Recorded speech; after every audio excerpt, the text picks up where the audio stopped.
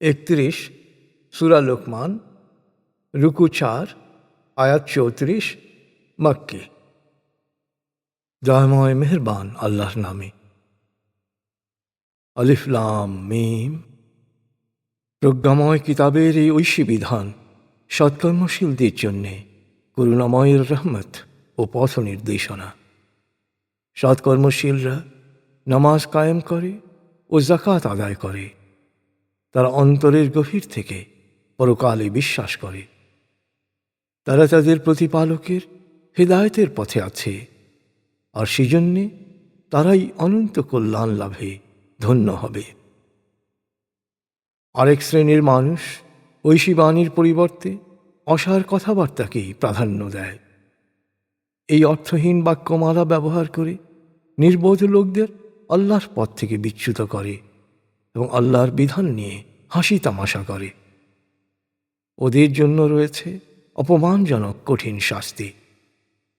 এ ধরনের লোকদের যখনই আমার আয়াত শোনানো হয়, তখন সে দম্ভ ভরে মুখ ফিরিয়ে নেয়, যেন সে কিছুই শোনেনি, যেন সে একেবারে বধির।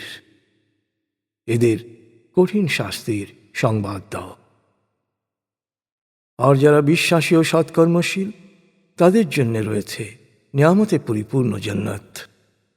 আল্লাহর প্রতিশ্রুতি অনুসারে সেখানে তারা চিরকাল থাকবে।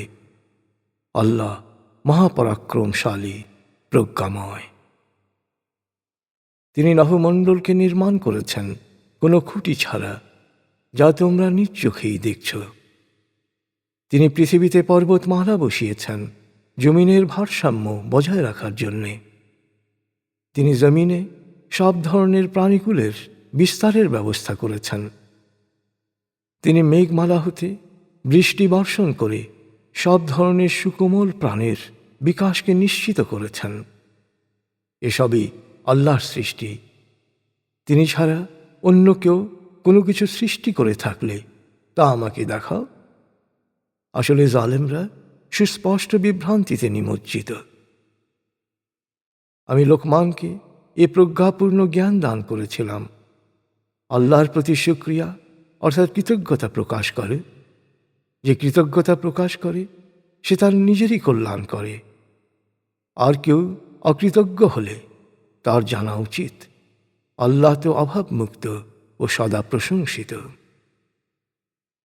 স্মরণ করে লোকমান তার পুত্রকে বলেছিল, হে আমার সন্তান, আল্লাহর সাথে কাউকে শরিক করো না।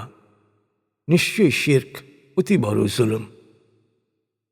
এবং আল্লাহ বলেন, আমি তো সবাইকে তার মা বাবার সাথে সদাচরণের নির্দেশ দিয়েছি। মা কষ্টের পর কষ্ট স্বীকার করে সন্তানকে গর্ভে ধারণ করে, আর তাকে বুকের দুধ ছাড়াতে লাগে পুরো 2 বছর। অতএব আমার প্রতি ও তোমার মা বাবার প্রতি কৃতজ্ঞ হও, কারণ আমার কাছেই তোমাদের ফিরে আসতে হবে। মা বাবাকে সম্মান করো, কিন্তু যেহেতু তুমি জানো আল্লাহর কোনো শরিক নেই, তাই তোমার মা বাবা যদি আমার সাথে কাউকে শরিক করার ব্যাপারে চাপ দেয়, অর্থাৎ আল্লাহর নির্দেশের বিপরীত কোনো কাজ করতে বলে, তাহলে কখনো তাদের সে কথা মানবে না। তবে এরপরও তাদের সাথে সবসময় সুন্দর ব্যবহার করবে, তাদের খিদমত করবে। যারা বিশুদ্ধ চিত্তে আমার পথে চলে, শুধু তাদেরকেই অনুসরণ করবে। তোমাদের সবাইকে শেষ পর্যন্ত আমার কাছেই ফিরে আসতে হবে। তখন জীবনে যা কিছু করেছ সব কিছুই বুঝিয়ে দেয়া হবে।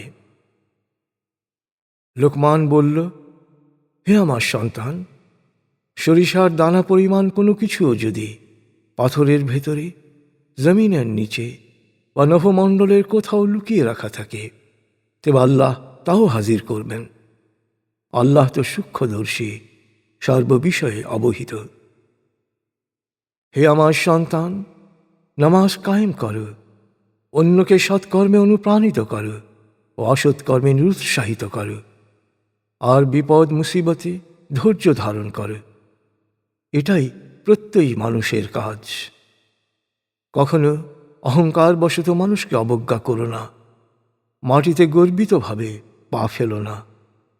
নিশ্চয়ই আল্লাহ উদ্ধত অহংকারীকে অপছন্দ করেন। হে আমার সন্তান, চালচলনে সুশীল হও, মোলায়েম কণ্ঠে কথা বলো। কখনো কণ্ঠস্বরকে গাধার মতো কর্কশ করো না।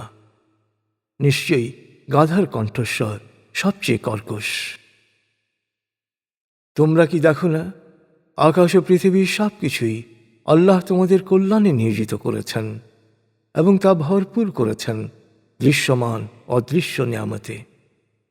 তারপর কিছু মানুষ আল্লাহকে নিয়ে তর্ক করে। এদের না আছে জ্ঞান, না আছে পথ নির্দেশক, না আছে দীপ্যমান কোনো গ্রন্থ। যখন ওদের বলা হয় আল্লাহ প্রেরিত বাণী অনুসরণ করো, তখন ওরা বলে, না না, আমরা আমাদের বাপ দাদাদের পদাঙ্ক অনুসরণ করব। শয়তান ওদের জ্বলন্ত আগুনের শাস্তির দিকে ডাকলেও কি ওরা তাই অনুসরণ করবে? যে কেউ আল্লাহতে সমর্পিত হয় এবং সৎকর্ম করে, সে আসলে একটি নির্ভরযোগ্য আশ্রয় শক্তভাবে ধরে। সব ব্যাপারে চূড়ান্ত ফয়সালা তো আল্লাহরই হাতে।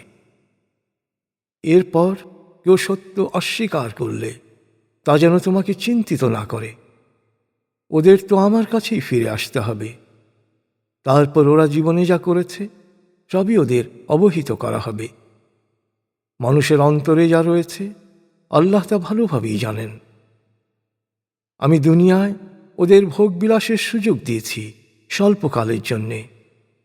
এরপর কঠিন আযাব ভোগ করতে বাধ্য করব ওদের। অধিকাংশ মানুষের অবস্থা হচ্ছে এই যে, তুমি যদি ওদের জিজ্ঞেস করো আকাশ ও পৃথিবী কে সৃষ্টি করেছেন, নিশ্চয়ই ওরা বলবে আল্লাহ। ওদের বলো, তাহলে তোমাদের জানা উচিত সকল প্রশংসা শুধু আল্লাহরই। কিন্তু ওদের অধিকাংশই এ কথার মর্ম বোঝে না। আকাশ ও পৃথিবীতে যা কিছু আছে সবই আল্লাহর। আল্লাহ তো অভাবমুক্ত ও সদা প্রশংসিত। পৃথিবীর সমস্ত গাছ যদি কলম হয় আর সকল সমুদ্রের পানি যদি কালি হয়, তবু আল্লাহর মহিমা লিখে শেষ করা যাবে না। নিঃসন্দেহে আল্লাহ মহাপরাক্রমশালী, প্রজ্ঞাময়। আসলে আল্লাহর জন্যে তোমাদের সকলের সৃষ্টি ও পুনরুত্থান একটিমাত্র প্রাণের সৃষ্টি ও পুনরুত্থানের মতোই অতি সামান্য কাজ। নিশ্চয়ই আল্লাহ সব শোনেন, সব দেখেন। তুমি কি দেখো না, আল্লাহ রাতকে বড় করে দিনকে ছোট করেন, আবার রাতকে ছোট করে দিনকে বড় করেন। তিনি সূর্য ও চন্দ্রকে নিয়মের অধীন করেছেন। প্রত্যেকেই নির্দিষ্ট কক্ষপথে বিচরণ করে। তোমরা যা কিছু করো আল্লাহ তা সবই জানেন। প্রকৃতির সব কিছুই প্রমাণ করে যে আল্লাহই ধ্রুব সত্য, আর ওরা তাকে বাদ দিয়ে যাকেই উপাস্য হিসেবে ডাকে তা ডাহা মিথ্যে। আল্লাহই শ্রেষ্ঠ, সর্বোচ্চ মহান। তুমি কি লক্ষ্য করো না যে আল্লাহর অনুগ্রহী নৌযানগুলো সমুদ্রে বিচরণ করে? এ তো তার মহিমার নিদর্শন। অবশ্যই এতে ধৈর্যশীল ও কৃতজ্ঞ মানুষের জন্যে অনেক নিদর্শন রয়েছে। যখন উত্তাল তরঙ্গে নৌযান দুলতে থাকে, তখন মৃত্যুর মুখোমুখি হয়ে ওরা হৃদয়ের গভীর থেকে আল্লাহকে ডাকে, আনুগত্যের প্রতিজ্ঞা করে। কিন্তু যখন তিনি ওদের উদ্ধার করে তীরে নিয়ে আসেন, তখন ওদের অনেকেই বিশ্বাস আর শিরকের মাঝপথে আটকে যায়।